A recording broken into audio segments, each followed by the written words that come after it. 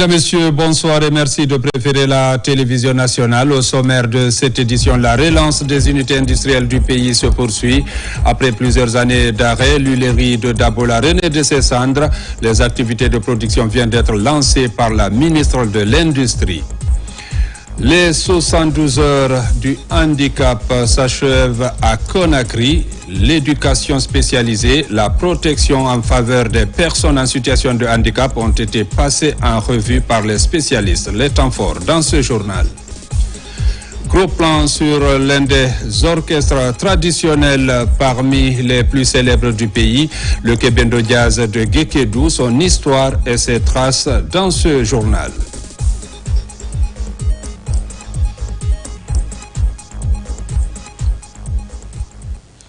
Une fois encore, bonsoir et bienvenue dans ce journal. La Guinée a célébré hier samedi l'élégance, l'intelligence et l'engagement des jeunes femmes à l'occasion de la grande finale du concours national Miss Guinée, un événement prestigieux marqué par la présence de la première dame de la République, symbole du soutien constant aux femmes et à leur autonomisation. Au-delà de la beauté, ce concours met en lumière le leadership des jeunes femmes venues des 4 coins du pays. Compte rendu, Fatoumata Kourouma. La Guinée a célébré samedi soir l'élégance, l'intelligence et l'engagement féminin à l'occasion de la grande finale du concours national Miss Guinée. Un événement prestigieux officié par la première dame de la République, Madame Lauriane Doumbouya, dont la présence constante, année après année, témoigne d'un engagement fort en faveur de la cause féminine et de l'autonomisation des femmes guinéennes. Au-delà de la beauté physique, Miss Guinée met en lumière la beauté intellectuelle, la confiance en soi et le leadership des jeunes femmes venues des 4 coins du monde. Dans son intervention, la présidente du COMISGI, comité d'organisation de Miss Guinée, a exprimé sa profonde reconnaissance aux autorités guinéennes. Elle a salué l'accompagnement institutionnel qui contribue à rehausser le niveau du concours. Une compétition qui gagne en crédibilité et en rayonnement chaque année. Nous affirmons notre grande reconnaissance et notre sincère attachement aux idéaux de son Excellence, Monsieur le Président de la République de Guinée, chef de l'État, grand protecteur des arts et des lettres. Cet événement que nous portons avec amour et patriotisme depuis plus de 3 ans n'est pas seulement un concours. L'élection Miss Guinée contribue à renforcer l'identité guinéenne, à faire rayonner notre pays au-delà de nos frontières. À travers elle, nous affirmons que la beauté n'est pas seulement une apparence, mais une force, une intelligence, un engagement au service de la nation. L'édition de cette année est placée sous le thème « Les femmes dans les métiers techniques et industriels pour une meilleure participation dans le projet Simone ». Ce thème traduit non seulement notre forte volonté de valoriser le rôle des femmes et dans les secteurs stratégiques comme celui du projet d'envergure Simone, le véritable moteur et croissance et de création d'emplois, mais illustre surtout notre ambition commune de bâtir un progrès durable pour la Guinée. Notre ambition est claire, former des ambassadrices compétentes, capables de représenter dignement la Guinée, tant que sur le plan national qu'international. La cérémonie a également été marquée par une thématique forte, la place des femmes dans les métiers techniques et industriels, un enjeu majeur pour le développement et l'inclusion économique des femmes en Guinée. Dans son allocution, le ministre de la Culture et de l'Artisanat a rappelé l'importance de ce concours, véritable levier de promotion culturelle, de valorisation de la jeunesse et de projection de l'image de la Guinée à l'international, conformément au projet Branding Guinée, la Guinée fait. Sous la haute autorité de son Excellence, le président Mamadi Doumbouya, la culture est désormais reconnue comme un pilier stratégique de développement. Le choix clair d'ériger la culture et la valorisation du capital humain comme deuxième pilier du programme Cimento 2040 n'est ni symbolique ni décoratif.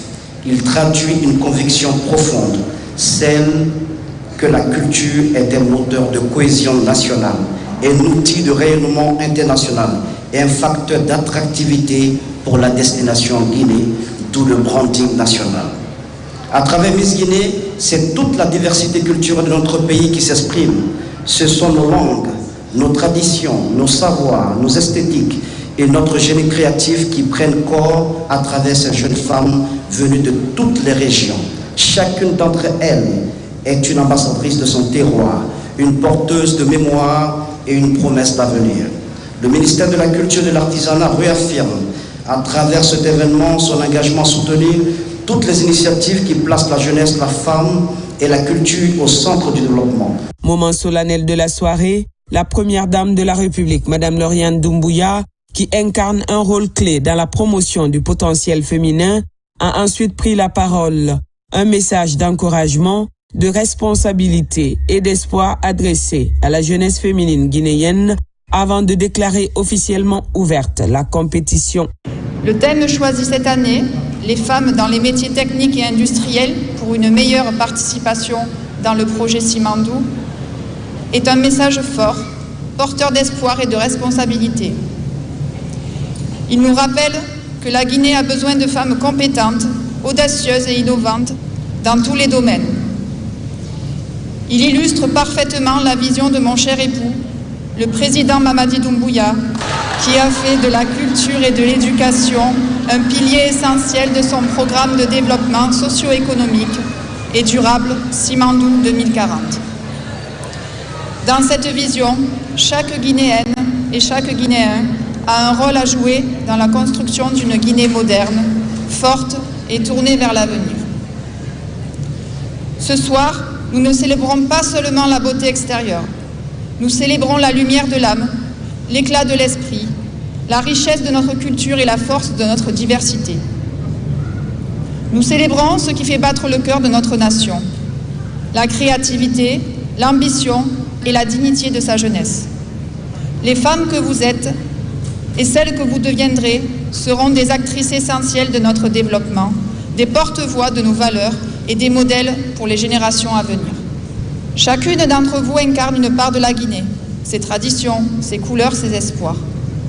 À travers vos parcours et vos histoires, vous portez les ambitions de tout un peuple. Vous êtes le visage d'une jeunesse guinéenne audacieuse, engagée et résolument tournée vers le progrès. Depuis son regain de vitalité avec le Comiss-Gui, le concours Miss Guinée n'est plus seulement un spectacle d'élégance. Il est devenu un creuset d'émancipation, un espace où l'éducation, la culture, la dignité et la responsabilité sont mises en lumière. Il permet aux jeunes femmes d'oser rêver grand, de se projeter dans des carrières variées et de devenir des actrices du changement dans leur communauté et dans le pays. Il ouvre la voie à une nouvelle génération de femmes capables de transformer la société guinéenne, de participer activement aux métiers techniques et industriels et de contribuer pleinement aux projets structurants tels que Simandou. Il nous appartient à tous, dirigeants, familles, médias et citoyens, de nourrir cette dynamique et de la soutenir. La femme guinéenne de demain ne se mesurera pas seulement à son port de tête et à sa prestance. Elle sera admirée et respectée pour sa pensée, son leadership et sa capacité à transformer notre société. Après la délibération du jury, le verdict est tombé. Matoma Kondé, candidate numéro 10, est élue Miss Guinée 2025 pour l'exercice 2026. Elle reçoit la couronne des mains de Tigidan Keberete, Miss Guinée 2024, dans un moment chargé d'émotions. 2025 et Matoma Kondé.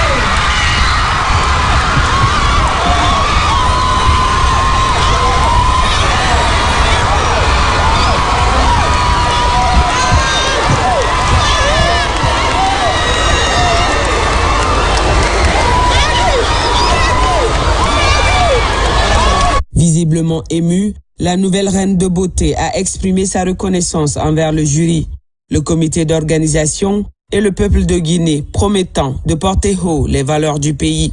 Ce soir, je suis très contente, très joyeuse et je ne suis pas surprise parce que ça a été des semaines de travail, des mois, voire même des années de travail.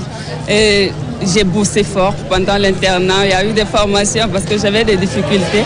Je me suis améliorée et ce soir, je suis très joyeuse d'être ici. J'ai un projet socio-économique qui est basé sur le développement de l'agriculture parce que l'agriculture permet d'améliorer nos vies et garantir la sécurité et le développement de la ville. Il y a beaucoup de critères qui rentrent en jeu. C'est-à-dire il y a tout ce qui est déjà maîtrise des 2 et 3 langues. Parce que ce qu'il faut savoir, c'est que les Miss sont mises au vert pendant 1 mois. Donc les gens souvent ont tendance à s'appuyer sur le physique ou encore sur les votes et autres. Mais il y a plein de facteurs qui rentrent en jeu et on les reçoit nous. On les reçoit, les Miss sont visitées, les Miss sont formées, les Miss sont observées. Et c'est tous ces critères en fait qui viennent rentrer en compte dans les votes. La cérémonie a également connu une dimension internationale avec la présence remarquée des Miss France et Miss Maroc, invitées d'honneur de cette grande finale.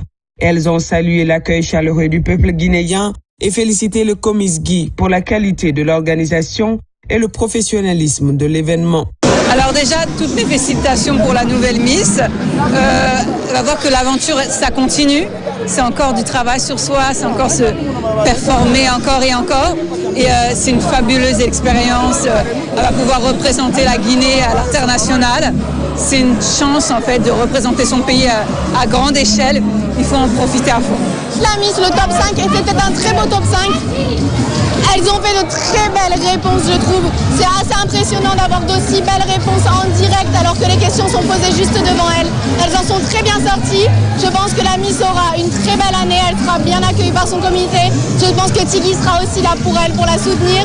Et j'espère qu'elle mettra le plus en valeur la Guinée possible. C'est tout ce qu'elle mérite. La grande finale de Miss Guinée 2025 aura été bien plus qu'un concours de beauté.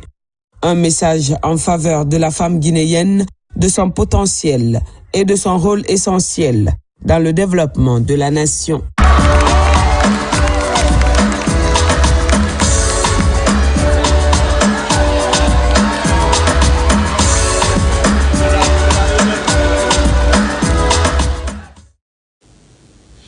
Dans l'actualité encore, la Guinée et le système des Nations Unies renforcent leur partenariat pour accélérer la mise en œuvre des politiques sociales portées par la Guinée. Lors du sommet de Doha, les deux parties se sont récemment retrouvées pour faire le point des défis majeurs du développement social dans le pays, tout en partageant avec les autres acteurs de la vie nationale le document de politique présenté et défendu par la Guinée. Reportage Mamadou Saliouba. Il se retrouve suite aux travaux du sommet mondial de Doha, tenu du 4 au 6 novembre, sur le développement social. Durant la rencontre, membres du gouvernement, partenaires techniques, experts locaux et acteurs de la société civile ont passé en revue les conclusions du sommet de Doha pour la dissémination du document afin de garantir une appropriation nationale. L'engagement des États membres est essentiel pour pouvoir après bâtir de façon concrète les réalisations pour des objectifs. Dans ces cas, des objectifs qui atteignent aux priorités liées au capital humain, la protection sociale, la promotion de l'emploi décent, l'emploi surtout pour la jeunesse. Chaque partie, la partie nationale, c'est-à-dire toutes les couches, que ce soit les bureaux de stratégie et de développement, la société civile, le syndicat, les différentes directions techniques des départements techniques ont examiné le contenu thématique par thématique et ont donné la position guinéenne. Les débats de haut niveau axés sur les conclusions de la rencontre de Doha révèlent une cohérence entre les engagements pris et les priorités des autorités guinéennes dans le développement social. Cet atelier, chers amis, constitue une étape clé pour garantir cette cohérence et pour renforcer l'appropriation nationale autour de la vision portée par son Excellence le Président de la République. En travaillant ensemble, avec conviction, avec détermination, nous sommes capables de transformer nos ambitions en réalisation et nos engagements en impact concret pour chaque citoyen. À travers cette rencontre stratégique, le gouvernement guinéen réaffirme sa volonté de poursuivre avec détermination le développement social, considéré comme un levier essentiel pour la transformation durable du pays avec l'appui constant du système des Nations Unies. Développement industriel avec la relance des activités de production de l'huilerie de Dabola. Les activités ont été officiellement lancées par la ministre de l'Industrie et des petites et moyennes entreprises en présence des autorités administratives, des partenaires et des populations. Reportage Ali Badrakonde.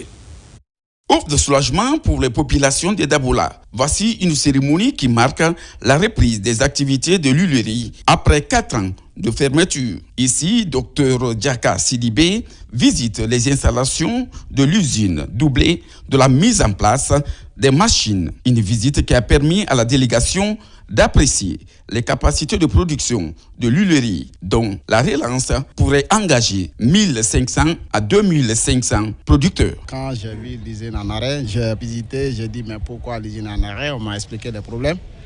Alors il était question vraiment d'élaborer un business plan pour voir la faisabilité de relance de l'usine de Dabola.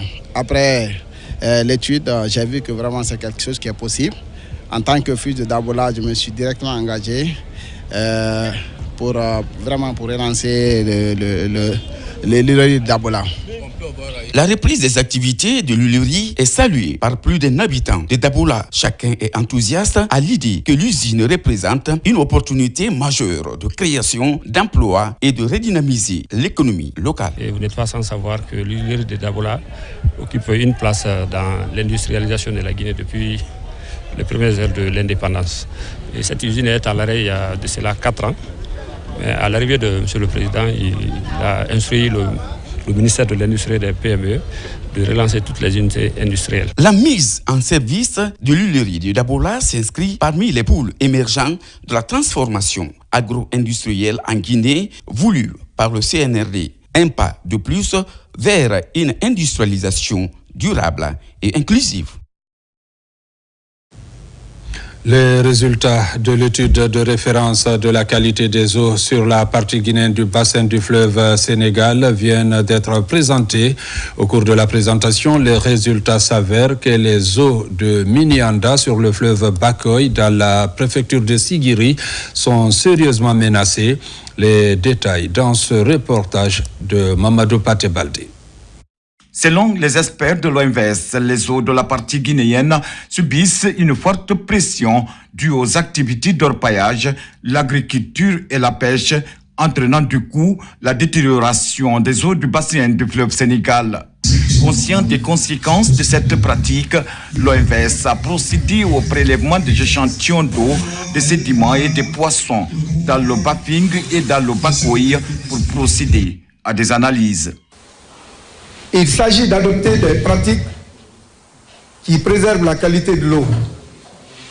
Cela implique le respect des berges, la protection des zones humides, l'abandon des dépôts sauvages au niveau des berges, la limitation des feux de brousse et l'utilisation des techniques agricoles adaptées aux zones vulnérables. Au cours de la présentation des résultats par le laboratoire régional de qualité des eaux de Concon, il a été ressorti que les eaux de Mignada sur le fleuve Bakoy dans la préfecture de Sigiri est sérieusement menacée. Je voudrais souligner encore une fois l'importance de cette rencontre sur le partage des résultats de cette étude qui est un moyen d'attirer l'attention des usagers sur la préservation qualitative de la ressource et recueillir les observations pertinentes sur la méthodologie. Faisons en sorte que ces résultats ne restent pas de simples rapports, mais se transforment rapidement en actions concrètes sur le terrain pour améliorer la résilience de nos communautés. Après cette présentation, les experts se sont mis d'accord sur la poursuite des actions sur le terrain en vue d'identifier des activités de nature à limiter la pollution des ressources en eau du bassin du fleuve Sénégal en Guinée. Les membres de la filière avicole de la région de Conakry étaient autour de la table aujourd'hui pour faire le bilan de leur activité et aussi faire un plan d'action pour l'année à venir. Ces membres sont résolument engagés pour redonner une nouvelle vision à cette filière qui est aujourd'hui tant convoitée sur le marché national. Reportage Sekousouma Salifoussila. Ambition, action et transparence, tels sont les mots qui ont marqué l'Assemblée générale de la Fédération professionnelle régionale des avicoles FIRA de Conakry pour l'année 2025. L'heure était au bilan des activités réalisées au cours de l'année, parmi lesquelles figure notamment la formation de plusieurs membres de la FIRA Conakry et l'acquisition d'un local digne de ce nom. On a mis des programmes qui vont nous amener jusqu'à 2027. Que nous allons suivre de chacun et tous. On doit ouvrir des projets en ce qui concerne les poulets de chair. On a évoqué la mévente des œufs, comment former des projets ou bien des usines pour pouvoir faire fonctionner la population, la production guinéenne. Venus des différentes communes de la capitale, ces professionnels avicoles ont débattu et partagé des idées visant à améliorer le fonctionnement de la filière. À l'issue de ces échanges, un plan d'action pour l'année à venir a été adopté à l'unanimité. Le bilan reste mitigé s'il y a eu des avancées, mais il y a également des améliorations à faire. Donc les membres sont en train également d'énumérer l'ensemble des solutions qu'ils pensent qui peut amener la FIRA dans une autre dimension de façon à la redynamiser. C'est une FIRA qui pourra dans quelques mois, quelques années donner beaucoup de choses parce que dans cette FIRA nous avons de très grands acteurs. Et c'est sûr qu'avec elle, on pourra construire de bonnes et belles choses. La filière avicole constitue un secteur pourvoyeur d'emplois. À ce jour, elle emploie plus d'1 million de personnes à travers le pays, directement ou indirectement, représentant un atout considérable pour l'économie guinéenne. Cette rencontre permettra aux membres de la FIRA de Conakry de renforcer leur résilience et leur compétitivité sur les marchés nationaux et régionaux. L'autonomisation des femmes se concrétise aussi peu à peu dans la région de Boké. Quelques groupements de femmes évoluant dans les activités agricoles viennent de recevoir des matériels de transformation agroalimentaire. C'est un geste de l'ONG CECI, entendez par là Centre d'études et de coopération internationale. Younous Atavel Kamara. Au total, 23 groupements d'intérêt économique évoluant dans les activités agricoles bénéficient de ce matériel de transformation agroalimentaire offert par l'ONG Centre d'études et de coopération internationale Guinée CECI. Il s'agit des organisations paysannes des préfectures de Boké, Gawal et Télimélé. C'est juste pour garantir un peu la pérennisation des acquis du projet, mais également pour permettre à ces femmes de conserver pendant les périodes où il y a manque, mais également de vendre à la période où il y a également la rareté pour augmenter un peu les revenus ici de la production agricole. Ces matériels pourraient désormais faciliter le travail chez les bénéficiaires dans la transformation de leurs produits maraîchers, mais aussi éviter des pertes post-récolte et garantir la bonne conservation de ces produits agroalimentaires. Nous sommes contentes de ces équipements agroalimentaires de la part du CECI Guinée. Ils vont nous permettre désormais de valoriser nos produits agricoles pour être compétitifs sur le marché national et international. Nous disons merci au partenaire CECI Guinée qui a toujours pensé au groupement des femmes de la région de Boké. Cette initiative du CECI Guinée, sous le financement de la CBG, s'inscrit dans le cadre de la mise en œuvre du projet d'appui aux activités génératrices de revenus dans sa deuxième phase à Boké. La célébration des 20 ans de coopération décentralisée entre la commune urbaine de l'Abbé et le Sicoval de Toulouse a été passée en revue. Les échanges ont porté sur le bilan des 2 décennies de collaboration, les défis et les orientations pour renforcer cette coopération en faveur d'un développement durable des communautés. Sarafdine Diallo, Sona Sagno. Les 20 ans de coopération décentralisée entre la commune urbaine de l'Abbé et le Sicoval de Toulouse sont lancés par l'inauguration d'une plaque symbolisant leur amitié.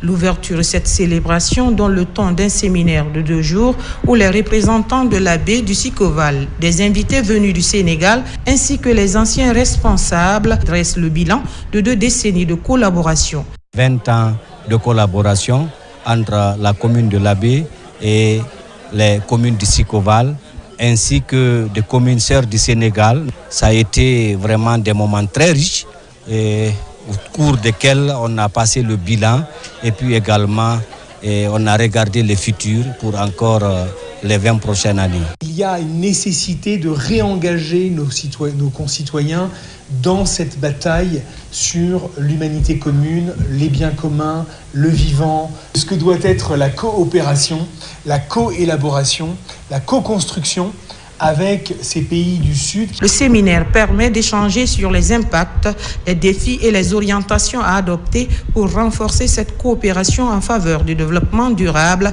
des communautés. Pour le futur, c'est faire de sorte que ce partenariat soit pérenne. Je crois que ce qui nous réunit ensemble est beaucoup plus fort que cet apport financier dont nous avons des craintes de pérennisation. L'engagement qu'on peut prendre, c'est que dès qu'on va revenir au sein du Sikoval, on va partager le retour d'expérience auprès de nos collègues élus pour dire vraiment que toutes les actions qui ont été engagées, ça aboutit à de beaux projets. La rencontre s'achève sur une prestation artistique qui met à l'honneur le Sikoval et cette célébration dans une ambiance chaleureuse. Mine Green Hour vient de tenir sa 3e édition ici même à Conakry. C'est un groupe de journalistes spécialistes des questions minières qui, à la fin de chaque année, célèbrent les acteurs du secteur minier qui se sont illustrés dans leur domaine et respecté les principes du code minier guinéen. Cette année, plus de 25 trophées ont été décernés aux meilleurs acteurs du monde minier. Reportage Bakary Bambakonde.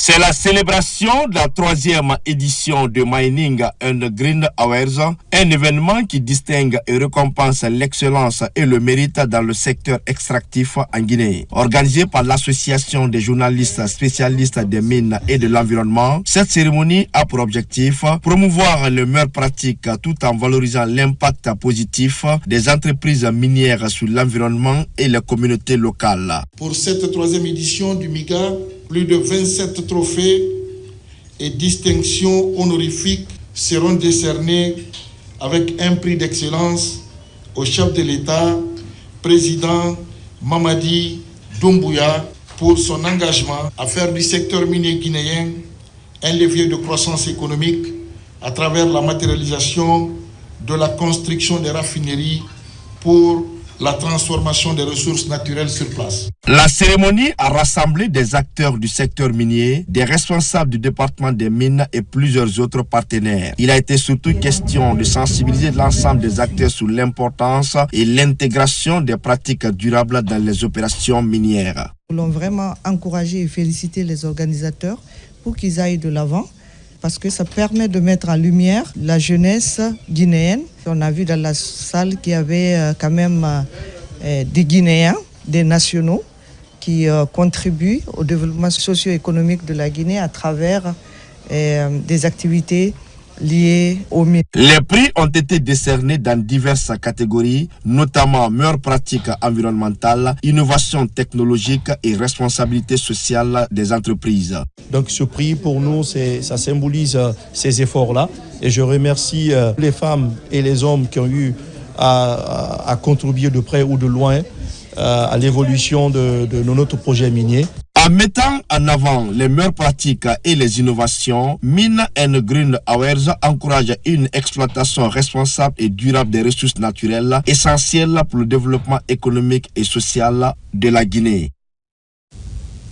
Tenu aussi de la 16e édition de Guinée Company Awards, il s'agit là également de reconnaissance et d'accompagnement des entreprises ayant boosté le développement socio-économique du pays. Reportage Amadou Bailobari. Dans son ambition d'accompagner et de promouvoir les entreprises qui contribuent significativement au développement économique national et continental, la structure Think Tank COP Guinée a tenu sa 16e édition Guinée COP Company Awards ce week-end à Conakry. Un rendez-vous national désormais de reconnaissance du mérite et d'excellence où les 50 entreprises retenues au compte de cette session ont pu remplir toutes les conditions de l'évaluation.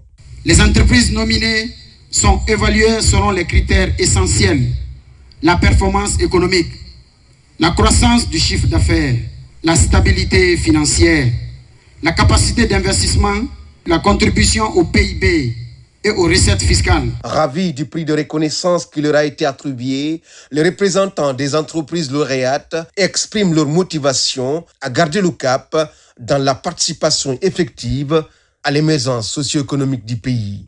C'est avec grand honneur qu'on a reçu ce prix. Ça nous encourage tellement. Avec ce prix, ça nous donne plus de courage de continuer de développer dans le secteur promo-immobilier avec un prix abordable. Nous sommes pleinement conscients que le secteur minier est un pilier essentiel de l'économie nationale. Nous continuerons à œuvrer pour un équilibre entre croissance économique, protection de l'environnement et le bien-être. Depuis 16 ans, la structure Think Tank COP Guinée ne cesse d'encourager les entreprises à œuvrer pour la prospérité de la Guinée. Elle appelle ainsi les entreprises à s'inscrire parallèlement dans la dynamique du développement Simandou 2040 pour accroître la croissance économique guinéenne. Parlons aussi de cette conférence éducative tenue vendredi à Afia 2 dans la commune de Dixine pour renforcer l'apprentissage des élèves. La rencontre a aussi servi de sensibilisation et de conseils pour les jeunes sur l'importance du projet Simandou et ses retombées sur l'éducation guinéenne. Reportage Fatoumata Batouli Diallo. Éducation et mine. Quel impact du projet Simandou sur l'école guinéenne?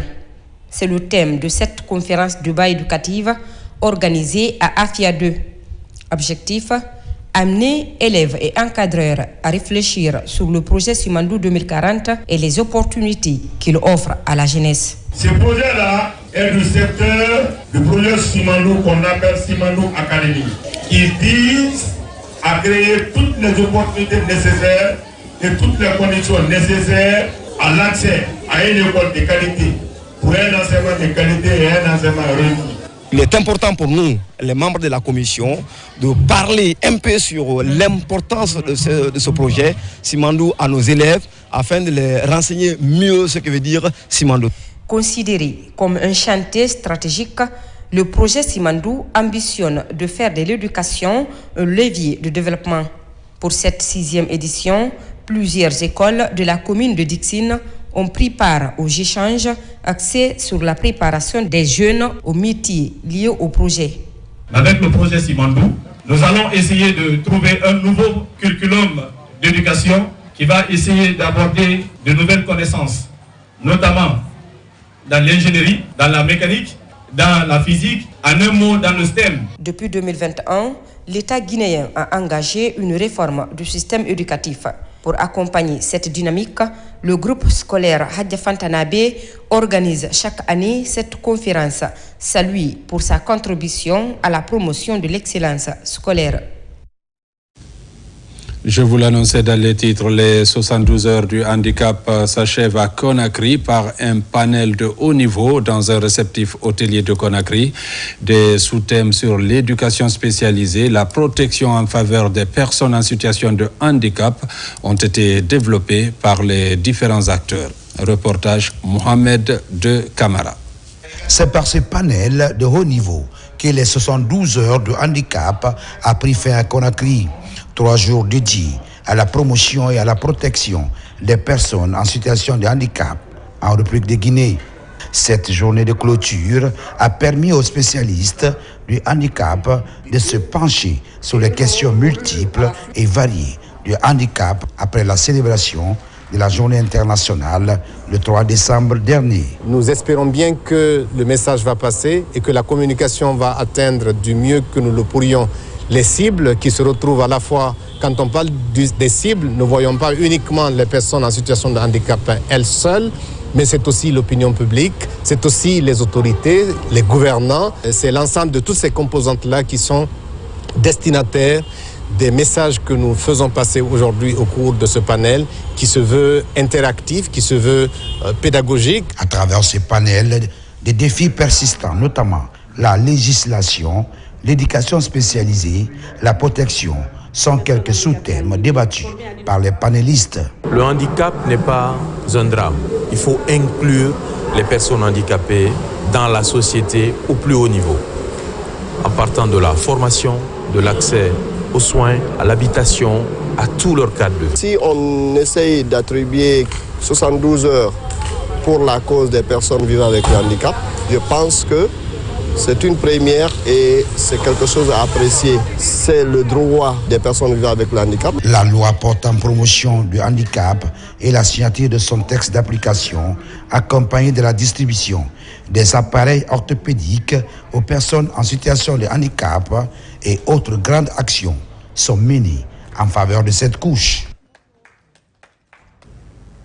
Et pour renforcer la redevabilité et améliorer la gestion des projets locaux, à Farana, 50 agents techniques d'encadrement communautaire bénéficient d'une formation sur 2 plateformes numériques innovantes initiées par l'ANAFIC. Cette session porte sur des outils de collecte de données en temps réel au service des collectivités.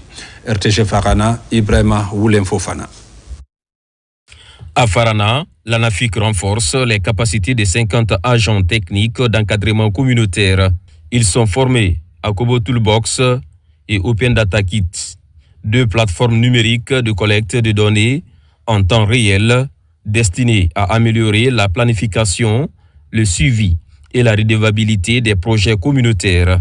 Au niveau régional ici, ça va nous permettre aussi d'avoir une vue d'ensemble sur toutes les infrastructures réalisées au niveau de la région, de Farana notamment, et nous permettre aussi de voir est-ce que ces infrastructures qu'on a dit qu'on a réalisées sont effectivement sur place, est-ce que les infrastructures là sont fonctionnelles. Nous avons des attentes à l'endroit des ATEC ici formés pour les voir capables de collecter, de traiter, d'analyser et même d'interpréter les données autour des infrastructures communautaires réalisées dans la région de Farana.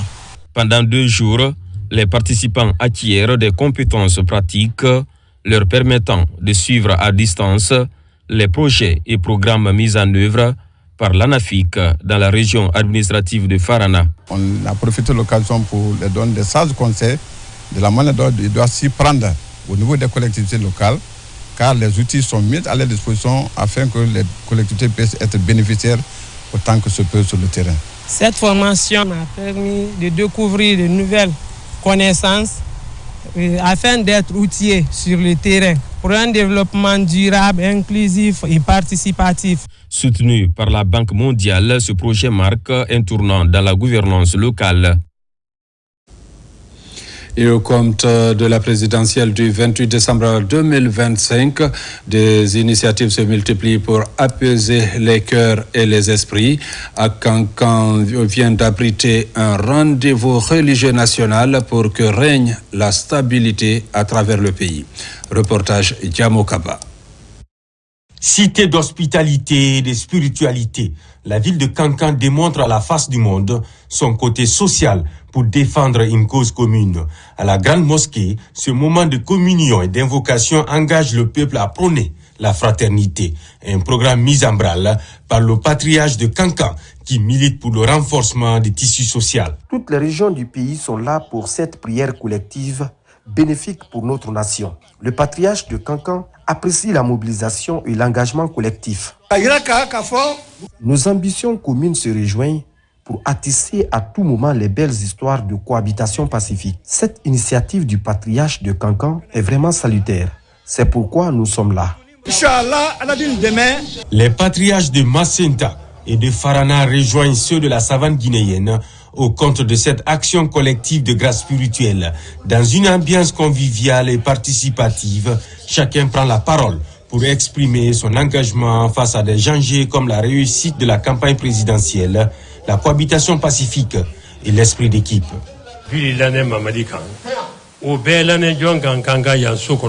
Je porte ici la voix de Sékou Bilkandé et Aïcha Doumbouya pour exprimer leur satisfaction. Par ma voix également, leur détermination est renouvelée pour promouvoir le vivre ensemble. À l'initiative du patriarche de Kankan, El Hadj Madifin Kaba, Des engagements pour la cause de sentinelle de la paix du président de la République sont réactivés pour susciter davantage le sentiment patriotique et impulser le développement de la Guinée. Il n'y a pas de développement sans paix. Donc si les sages se sont retrouvés pour faire la lecture du Saint-Courant, pour que la paix règne dans la ville de Kankan et environnant, je crois que ça c'est une bonne initiative à saluer et à encourager. La dynamique religieuse collective est une aubaine pour toutes les entités sociales des régions administratives du pays mobilisées ici à Nabaya pour faire part de leur motivation dans le registre d'une paix durable avant, pendant et après la présidentielle du 28 décembre 2025. La caravane nationale de sensibilisation pour le maintien de la paix poursuit son périple à Nzérékoré. Troisième étape ce jour, marquée par un accueil chaleureux et symbolique des populations locales. Un programme du Mosacode pour apaiser les esprits et promouvoir un climat électoral serein dans le pays. Reportage Mouamoudou Silla, Marwan Kamara. À l'aérodrome de Nzérékoré, une foule nombreuse accueille la caravane nationale de sensibilisation pour le maintien de la paix. Une initiative du Mosacode conduite par sa coordinatrice nationale, Ayadjaba Doumbouya. Par la suite, la délégation se rend à la résidence du patriarche, gardien des valeurs traditionnelles. Un passage symbolique visant à renforcer les messages de cohésion sociale et de vivre ensemble auprès des populations. Ce que je vais recommander à la population, d'abord, c'est de voter dans le calme. Il faut qu'on maintienne la paix et faire preuve de discipline comme ça s'est passé lors du référendum. C'est un programme national mené à travers des discours de sensibilisation, des prières de lecture de Saint-Courant et des prières à l'église. La délégation du Mosacode est ensuite reçue à la Maison des Jeunes par la communauté des Ali. Les échanges portent sur la préservation de la paix et de la stabilité dans un contexte électoral. Je salue la mobilisation exceptionnelle de Nzérékoré. La région forestière a toujours été un pilier important dans la consolidation de l'unité nationale et je vous encourage de continuer dans ce élan. Vraiment, elle a apporté des messages de paix et de prospérité. Donc, nous allons cultiver ce qu'elle nous a enseigné pour qu'on puisse vraiment connaître une paix définitive dans la région forestière. Après cette troisième étape, le Mosacode annonce la poursuite de sa tournée dans la préfecture de Beila. Avec un même objectif, faire de la paix un engagement collectif avant, pendant et après l'élection présidentielle en Guinée. Culture avec ce gros plan sur un des orchestres traditionnels les plus célèbres du pays. Il s'agit du Kebendo Jazz de Guékédou. Son histoire et ses traces dans la préfecture martyre, c'est dans ce reportage réalisé par nos confrères de la section culturelle, rendu en studio par Alpha Isiagaba. L'orchestre Kebendo Jazz n'est pas qu'un simple nom. C'est une véritable institution de la Guinée forestière.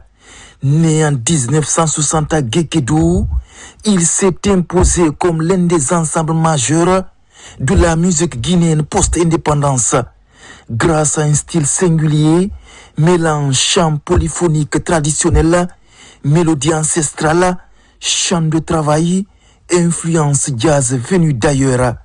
Son timbre unique, reconnaissable dès les premières mesures, raconte la vie, les légendes et les émotions d'un peuple. À travers ses compositions, c'est toute une région qui a trouvé une voix. Le Kebendo a porté haut le nom de Guékédou, remportant dès les années 1960 plusieurs distinctions nationales et se produisant sur des scènes africaines et même américaines. J'ai trouvé le Kebendo était en préparatif pour le dernier festival 83. J'étais le deuxième batteur de Kebendo, donc nous avons préparé le festival. Mais au-delà des sonorités, il y a un lieu devenu presque légendaire. Le célèbre magasin Kebendo, jadis espace de répétition et de création effervescente, ceci est aujourd'hui un simple magasin, mais un magasin chargé d'histoire, imprégné des pas, des voix, des rêves, des artistes qui ont façonné l'identité sonore du groupe. Kebendo a beaucoup œuvré ici. Les samedis, on venait faire les répétitions, le dancing. On faisait amuser la jeunesse de Gekedou. De 21h jusqu'à 4h du matin. Le bâtiment, c'est un grand bâtiment comme vous le voyez. Donc nous, on était à la tribune avec nos instruments. C'est là-bas qu'on a installé nos instruments pour jouer. Après, les jeunes rentraient. S'il y a une délégation qui venait à Gekedou pour la visite, on recevait la délégation. La musique de Kebendo, c'est aussi une épopée faite de gloire et de reconnaissance. L'orchestre a décroché plusieurs médailles d'or au Festival national des arts de la culture et des sports et a représenté la Guinée sur diverses scènes du continent. Pourtant, son héritage immense mais fragile dépend aujourd'hui de la mémoire vivante de ceux qui continuent de transmettre son histoire. Kebendo ne s'est pas limité seulement à Gekedou ici. Après le dernier festival 83, on est revenu, nous avons sillonné toutes les sous-préfectures de Gekedou avec le Kebendo. De là-bas, on a même été invité au Libéria où on a joué à Foya. Aujourd'hui encore, l'orchestre Kebendo demeure un symbole fort de la richesse culturelle de Gekedou. Un pont entre le passé et le présent qui rappelle que la musique n'est pas un simple art, c'est un patrimoine, un trésor collectif que chaque génération a la responsabilité de préserver. Mesdames, Messieurs, c'est la fin de cette édition. Merci à vous qui nous suivez du côté de Kisidou et Gekedou, comme partout ailleurs dans le monde. Bonne suite de programmes sur la télévision nationale.